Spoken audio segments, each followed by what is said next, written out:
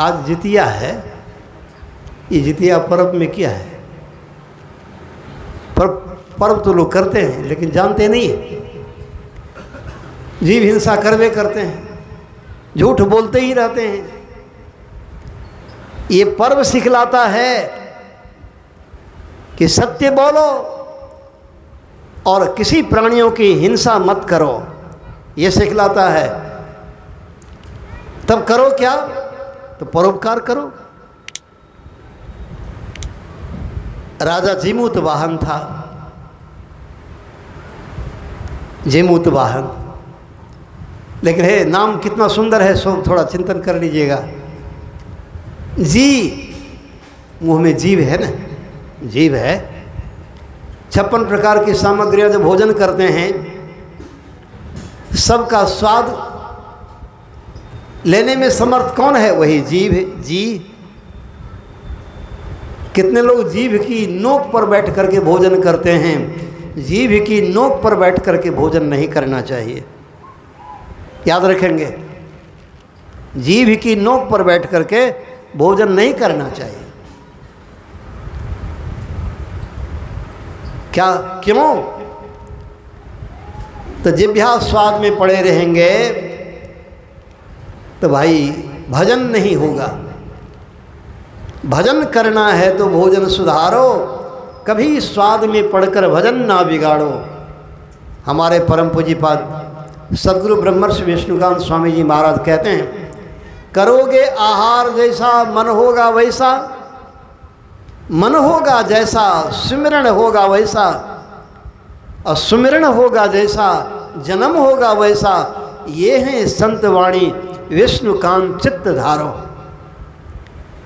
परमारा जी भी कहते हैं, खान पान को प्रथम संहारो,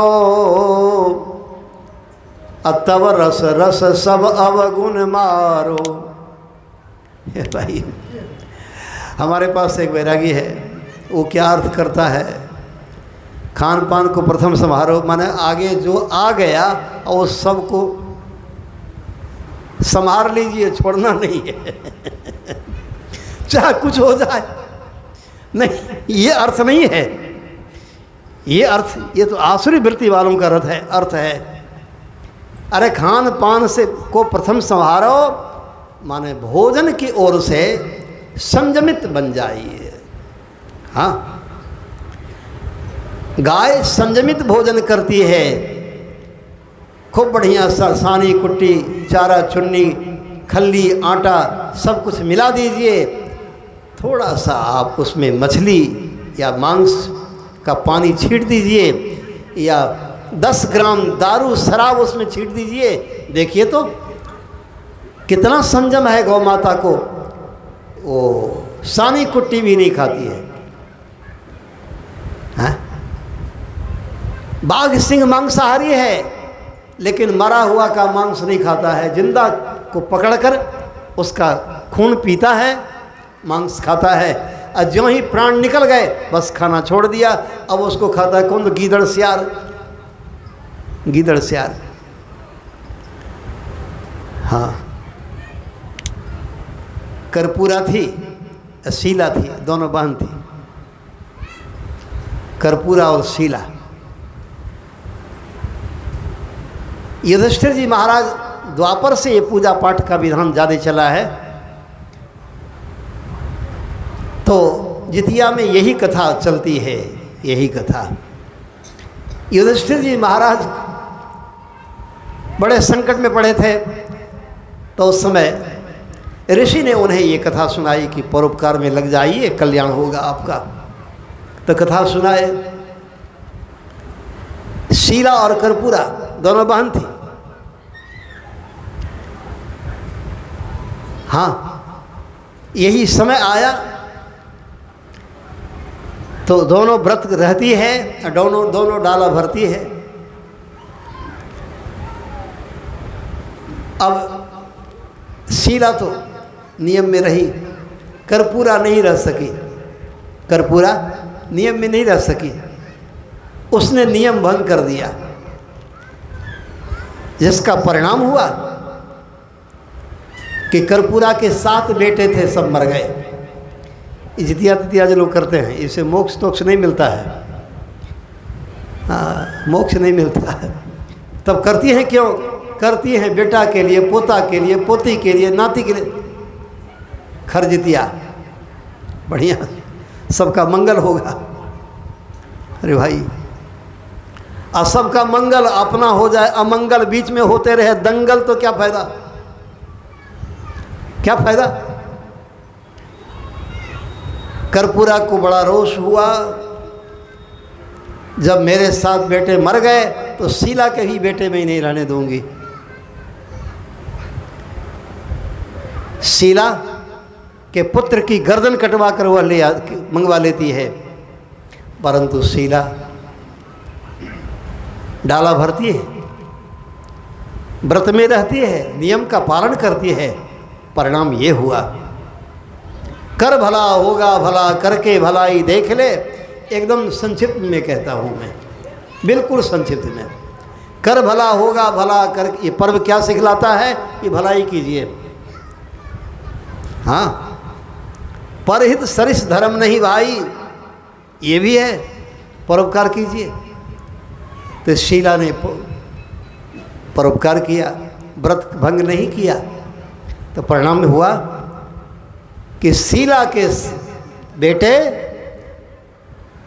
की गर्दन सिर दोनों जुट गए। ये कथा है, ये कथा है कर्पूरा और शीला की कथा। अब युधिष्ठिर जी महाराज सुने ये जीमूत वाहन की कथा, तो सुने तो इन्होंने ही व्रत लिया कि मैं परोपकार करूंगा। उस जंगल में जहाँ युधिष्ठिर जी महाराज रहते थे, जंगल में एक बड़ा भयंकर असुर रहता था। वह चंद्रावती नगर में भयंकर असुर रहता था। और करता क्या था, नगर के लोगों में जिसको पकड़ता था उसको खा जाता था। अनाप शनाप अत्याचार करते रहा। सब लोग बैठक करके एक बार उसके पास गए, कहने लगे भाई तुम एक काम करो, सबको जहाँ पकड़ते हो खा लेते हो, ऐसा मत करो। तुमको भोजन चाहिए, तुम नरभक्षी हो, तो तुम्हें भोजन चाहिए तो भोजन तुम्हें मिलेगा, लेकिन नरभक्षी मत बनो, जिसको पकड़ो मत खा लो। कहा हमको भोजन पहुंचा दो, तुम लोग पहुंचा दो। तो यही हुआ। अब लोग गाड़ी बैल पर लाद करके भोजन उसे पहुंचाने जाते थे, और जो भोजन पहुंचाने जाता था उसके बैल को भी खा जाता था, और उस आदमी को ही खा जाता था। वो पारी लगी हुई थी, बारी बारी से आज कल वो जाएगा तो परसों वो जाएगा, तरसों वो जाएगा। एक विधवा बूढ़ी माता थी, उसको एक ही बेटा था, प्राण का आधार था मानो। वो बहुत रो रही थी, तो कुंती माता, जिस बार कुंती थी 7वें वन में, तो कुंती माता जब क्रंदन के जंगल में रोने की आवाज़ सुनी, तो माता लोगों के हृदय में करुणा जरूर विशेष होती है, ये बात तो तय है।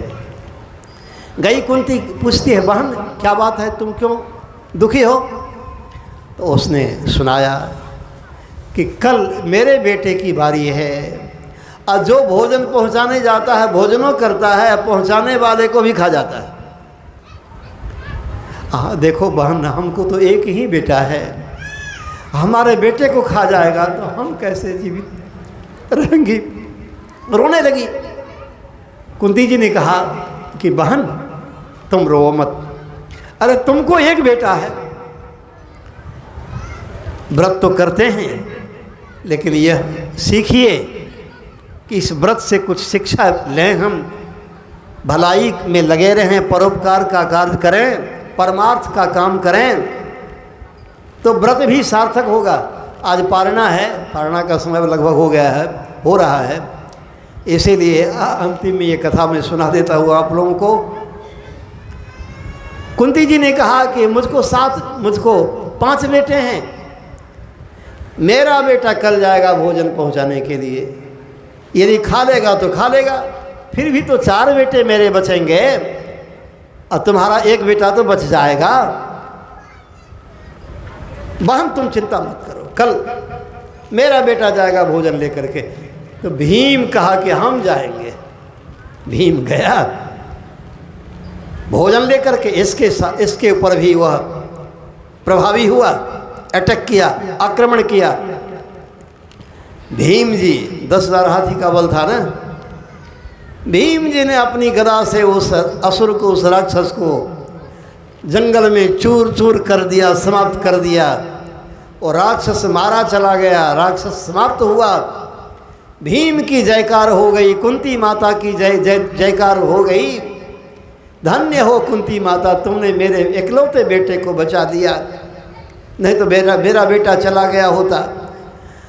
अभी तो व्रत भी करते हैं, भावना ये है कि फलना के बेटा मर जा तो मर जा, हमारा बेटा जिंदा रहा।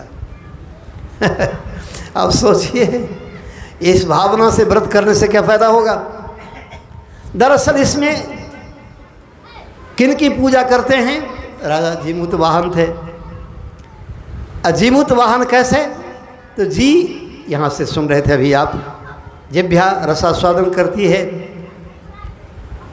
हमारी 5 ज्ञानेंद्रियाँ हैं, 5 कर्मेंद्रियाँ हैं, उसमें दोस्ती हैं। आँख ज्ञानेंद्रिय है, पैर है कर्मेंद्रिय, दोनों की दोस्ती है।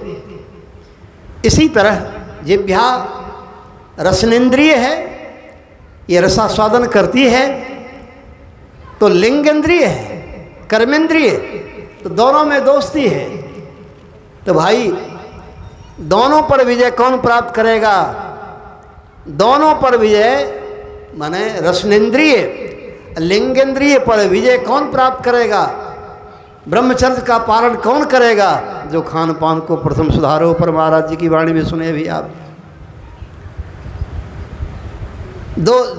इसीलिए दोनों को नियंत्रण में रखने की आवश्यकता है। दोनों को नियंत्रण में रखने के लिए भोजन संयमित, जो मनुष्य के हिस्से में भोजन भगवान दिए हैं, वो भोजन नपा तुला भजन करने के लिए औषध के रूप में, दवाई के रूप में भोजन करें। भोजन करने के लिए जीना ये आश्रय वृत्ति है, पशुवत जीवन है। जीने के लिए कुछ भोजन करना है। जीना क्यों? तो जीवित रहेंगे तो भजन करेंगे, सत्संग करेंगे। सत्संग के लिए जीना है, भजन के लिए जीना है, परमार्थ के लिए जीना है। तो राजा जीमूत वाहन किसको कहते हैं? तो ऐसे जो होते हैं वो जीमूत वाहन होते हैं। अच्छा, जो ऐसे हो गए माने जो कर्मेंद्रिय और ज्ञानेंद्रिय को जीत चुके हैं, अंतःकरण की इंद्रियों को भी जीत चुके हैं, जो सभी इंद्रियों को जीत आए हैं, वही है जीतिया। जीत के आओ, हार के मत आओ। मनुष्य का शरीर मिला है इंद्रिय संयमन करने के लिए, तो अपनी इंद्रियों को जीतो। सभी इंद्रियों का नाथ मालिक है मन, इंद्रियाणां मनोनाथ हो, उसको भी जीतो। तो क्या होगा? तो भाई आपका पुत्र कौन? शालीवाहन। शाली माने क्या होता है? शाली का माने होता है अन्न। शाली माने अन्न। जो शुद्ध अन्नाहारी होगा, वाहन का माने सवारी। सवारी किस लिए? तो चलने के लिए। एक समय था बैलगाड़ी से, रानीगंज से बैलगाड़ी से जदिया हम लोग आते थे, मचहा बैलगाड़ी से। अभी समय बदला, तो अभी जो सवारी है वाहन है। अरे ये वाहन तो नकली वाहन है। दरअसल हमारा जीवन यापन किस पर चल रहा है? तो भोजन पर चल रहा है। भोजन क्या? मनुष्य के हिस्से में क्या है? अन्नाद भवन्ति भूतानि। अन्न से भूतों की उत्पत्ति होती है, तो इसलिए अन्न के बिना हम नहीं रह सकते। कोई अगर कहता है, एक व्यक्ति ने कहा कि बाबा हमसे पार नहीं लगेगा वैष्णव व्रत का पालन करना, हमको रहा ही नहीं जाएगा। हमने कहा बढ़िया बात है। अब सबसे पहले हमको खुशी हो गई आज कि हम तो सुने थे कि 4 पैर वाला बाघ सिंह होता है, लेकिन आज 2 पैर वाला भी बाघ सिंह हमको आप मिल गए। बाघ सिंह को मांस के बिना बनने वाला नहीं है। आप मनुष्य होकर कहते हैं कि हमको भी बनने वाला नहीं है मछली मांस के बिना, दारू शराब के बिना। तो ठीक है, जिसके लिए बाघ सिंह को संत महात्मा कंठी बांधने नहीं जाते हैं, क्योंकि उसके बिना उसको बनने वाला नहीं है, उसी पर उसका जीवन चलता है, वही उसका वाहन है। तो आप भी एक काम कीजिए, आज से केवल मछली मांस शराब दारू खाइए, मछली मांस खाइए, दारू शराब पीजिए। आप बाद माँ की इधर जो भात रोटी साग सब्जी कंद मूल फल मेवा मिष्ठान दूध दही हैं, ये सब बिल्कुल छोड़ दीजिए आज से। कहा वो ये कैसे होगा? कहा तो तब सुरसुर मुरमुर दोनों हैं। एक काम कीजिए, अरे इसके बिना नहीं बनने वाला है, तो अन्न के बिना जीवन नहीं चलेगा। यही हमारा वाहन है, वही है शाली वाहन। शाली माने अन्न, जो अन्न को अपना आहार बना लिया, जीवन यापन का साधन बनाया, वो शाली वाहन होता है। तो भाई शाली वाहन भी परोपकार में ही अपने जीवन को उन्होंने गमाया। राजा जीमूत वाहन भी अपने आप को परोपकार में गमाया। एक पुत्र था शाली वाहन, उसका परिणाम क्या हुआ? परिणाम ये हुआ, जो सत्य धर्म का पालन करता है, अहिंसा धर्म का पालन करता है, परोपकार व्रत में लगा रहता है, सत्संग सद्गुरु की शरण में रहता है। अरे छाया अभी सुन रहे थे ना आप, छाया को पकड़ने चलेंगे, छाया पकड़ में नहीं आएगी, लेकिन लग जाइए परमात्मा की भक्ति में। जैसे सूरज की ओर चलने से छाया पीछे पीछे अपने आप चलती है, तो परमात्मा के भजन में लगने से संसार का सुख भी मिलता है और परमात्मा का परमानंद परम सुख भी प्राप्त हो जाता है। यही है जो परलोक यहाँ सुख चाहू, सुनि मम वचन हृदय दृढ़ गाऊ। इसके लिए एक गुप्त विचार क्या है? शरीर हमारा आपका प्रकट है, परंतु चेतन तत्व जो है यह क्या है? तो चेतन का कोई रूप रंग आकार प्रकार नहीं है, लेकिन चेतन शरीर में है क्या सबूत है? जब डॉक्टर वैद्य लोग कहते हैं गर्मी है शरीर में, शब्द है थर्मामीटर लगा करके एथेस्टोस्कोप के द्वारा या नब्ज टटोल करके प्रकाश गर्मी नाड़ी में धड़कन शब्द का पता चल जाता है, तो तब तक वो जीवित रहता है। जब ये दोनों निकल जाते हैं तो चेतन निकल जाता है। तो चेतन का स्वरूप है ज्योति और अनाहत ब्रह्मनादमय। इसलिए ध्वनिरंतर्गतं ज्योति ज्योतिकोंतर्गतं ध्वनि कहा गया है। यही है गुप्त। इसके लिए गुप्त साधनाएं हैं। वो क्या हैं? 2 ज्योति की धारें दोनों आँखों में, बाएं में चंद्रा नाड़ी और दाएं में सूर्या नाड़ी के नाम से है। इन दोनों चंद्रा नाड़ी सूर्या नाड़ी को ही नेगेटिव पॉजिटिव कहते हैं, शीत और उष्ण कहते हैं। जैसे अभी देखें आप कि तार में नेगेटिव पॉजिटिव 2 तार हैं, प्लस माइनस तार है। फिर बिजली से कनेक्शन करके दोनों को जोड़ा गया है, तो बल्ब भी जलता है। अब माइक से आवाज़ भी आप सुन रहे हैं।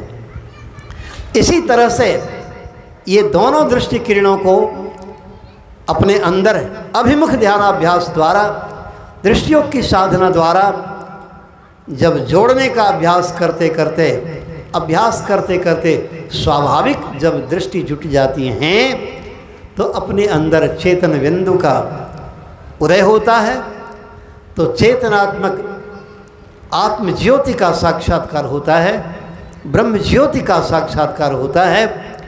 यही है ध्वनि रतंतर्गतं ज्योति ज्योति खोन्तर्गतं ध्वनि तन्मनो विलियं याति तद विष्णु परमं पदम। वह विष्णु के परम पद को प्राप्त कर लेता है, वह महेश्वर के परम पद को प्राप्त कर लेता है। 1.25 लाख प्रकार की साधनाओं में सर्वोपरि साधना ये है, क्या है? यही है बिंदु ध्यान विधि नाद ध्यान विधि सरल सरल जग में प्रचारी। राम जी सारी प्रजाओं को बुला करके अंतिम में यही कहते हैं कि औरों एक गुप्त मत सबही कहूँ कर जोड़। सबको मैं, यहाँ बाहर में तो दोनों हाथ जोड़ के राम जी कहते हैं, अंदर में संकेत करते हैं कर्मण हाथ कर्मण दृष्टि चेतन किरण, दोनों दृष्टि चेतन किरणों को जोड़कर जो भजन किया जाता है, इस भजन के बिना मेरी प्राप्ति नहीं होती है। औरों एक गुप्त मत सबही कहूँ कर जोड़ी। शंकर भजन यही है, शंकर भजन। संग मन साथ कर्मण किरण, दोनों किरणों को साथ करके भजन किए बिना शंकर भजन नहीं होता है। तात्पर्य यह है, यही भजन शंकर भगवान करते रहे, या इसी भजन को करने से भगवान शंकर जी के अंदर तब शिवते सर नयन उघाड़ा चितवत काम भयउ जरि छारा। यही भगवान शंकर जी तीसरे नेत्र को जब उघाड़े, तीसरे नेत्र जब उघड़े तो ऐसा दिव्य प्रकाश प्रकाशित हुआ। चितवत काम भय जरि छारा, काम क्रोध लोभ मोह मद मात्सर्य सारे विकार छार हो गए, राख हो गए भाई, सब समाप्त हो गए। इसीलिए हम लोग भी यदि चाहते हैं कि ये सारे विकार छूटे, हम निर्विकार हो जाएं, क्योंकि परमात्मा निर्मल निराकार निर्मोहा नित्य निरंजन सुख संदोहा हैं, तो इसके लिए आवश्यकता है कि हम लोग भी इन 6 विकारों पर अधिकार प्राप्त करने के लिए पहले जीमूत वाहन की तरह बने। जीमूत वाहन की तरह बने माने कर्मेंद्रिय ज्ञानेंद्रिय सभी इंद्रियों पर विजय प्राप्त करें। कैसे होगा? तो शाकाहारी बनेंगे शालिवाहन की तरह। जब शालिवाहन की तरह शाकाहारी बनेंगे तो शाकाहारी से ही यह भजन संभव है। नहीं तो क्या कहा रावण ने कहा, तामस तन कछु साधन नहीं, मैं जिंदगी भर खाली तमोगुणी मद्य मांस खाए और मदिरा पाना, दिन रात मांस खाने में मदिरा पीने में लगा रहा, इसलिए मेरा शरीर तमोगुणी हो गया है, भजन तो होगा नहीं। इसलिए चलो वह पूंजी सर्वस्व जा रहा है तो कम से कम पूंजी भी तो बचा लें। पूंजी बचाने के लिए ये बस यही एकमात्र उपाय है। सीता का हरण कर लिया उसने, सीता का हरण कर लिया। रावण से कुंभकर्ण ने कहा कि तुम सीता का हरण करके लाया है। तो उस समय तुम तपस्वी का वेश क्यों धारण किया? तुम तो बाहुबली हो, तुम में तो सब शक्ति है। जब सब शक्ति तुम में है तो तपस्वी का वेश क्यों धारण किया? तपस्वियों को तुम बदनाम क्यों कर दिया है? सब शक्ति थी तुम्हारे पास में तो सीधे रावण बन करके सीता को हरण करके लेके आ जाते, लेकिन तपस्वी का वेश तुम क्यों बनाया? अब ऋषि मुनियों का भी साप तुमको लगेगा, पाप तुमको लगेगा। रावण ने कहा कि देखो कुंभकर्ण, तुम पंडित की तरह मुझको उपदेश करते हो, मैं सब जानता हूँ। मैं रावण बन करके भी सीता हरण करने का प्रयास किया, लेकिन उस समय हमें ऐसा लगा कि हम जल के राख हो जाएंगे। दूसरी बात, पराई स्त्री का हरण करना, विषय भोग में पड़ा रहना, तामसी खान पान आहार व्यवहार में रहना, ये रावण का काम है। राम का काम तो है सदाचार का पालन करना, शुच्याचार का पालन करना, ध्यान भजन सत्संग साधना करनी। सीता वही है, तपस्विनी है। इसीलिए मैं रावण बन करके नहीं हरण कर सका और तपस्वी का वेश धारण करके सीता का हरण किया। तुम्हें उपदेश करने की आवश्यकता नहीं है। मैं खुद जानता हूं कि तमोगुणी शरीर मेरा है, भजन ध्यान सत्संग साधना नहीं होगी। और तो तुमको जो मैं कहता हूं वो काम तो तुम करो, तुमको जो मैं कहता हूं ये काम तो तुम करो। तो कुंभकर्ण ने भी यही बात कही कि अपनी जान तुम बचा रहे हो, हमको भेज रहे हो। कहा नहीं जाओगे तो हमारे हाथ से मारे जाओगे, जाना ही है जाओ। तो कुंभकर्ण ने कहा ठीक है जाता हूँ, लेकिन अब आते हुए तुम हमको नहीं देखोगे। जाता हूँ लेकिन आते हुए नहीं देखोगे, फिर हमसे भेंट नहीं होगी अब तुम्हारी। यही हुआ। तो तात्पर्य यह है कि जितिया पर्व का रहस्य यही है कि वैष्णव व्रत का पालन करें, सदाचार का पालन करें, शिष्टाचार शुच्याचार का पालन करें, परमार्थ में लगे रहें और सत्संग नित्य और ध्यान नित्य रहिए करत संलग्न हो। व्यभिचार चोरी नशा हिंसा झूठ तजना चाहिए। तो इससे हमारा आपका उभय लोक मंगल में हो सकता है। अभी जिन विषयों को पाठ आपने सुना, जिन विषयों का आपने पाठ सुना, सारांश रूप में 2 शब्दों के साथ रखा गया। और आज जो दिन है, हमारी माँ बहनें सब भी उपवास करके बैठी हुई रहीं, तो उनके लिए भी आज जो दिन है उसका थोड़ा सा रहस्य उन लोगों के लिए भी सुना दिया। इन्हीं शब्दों के साथ सबों को अनेकानेक धन्यवाद है, शुभाशीर्वाद है। और सबके लिए परमाराध्य के पावन चरण कमलों में मंगल कामना करता हूँ। गृहपति पप्पू जी सपरिवार बाल बच्चे को भी मैं बहुत बहुत आशीर्वाद करता हूँ, धन्यवाद करता हूँ। परमाराध्य के चरणों में शुभकामना करता हूँ कि इसी तरह से स्वस्थ रहें और प्रेम से रहें, किसी प्रकार का अमंगल दर्शन नहीं हो, भौतिक एवं आध्यात्मिक उन्नति होती रहे, यही शुभकामना करते हुए वाणी में विराम करता हूँ।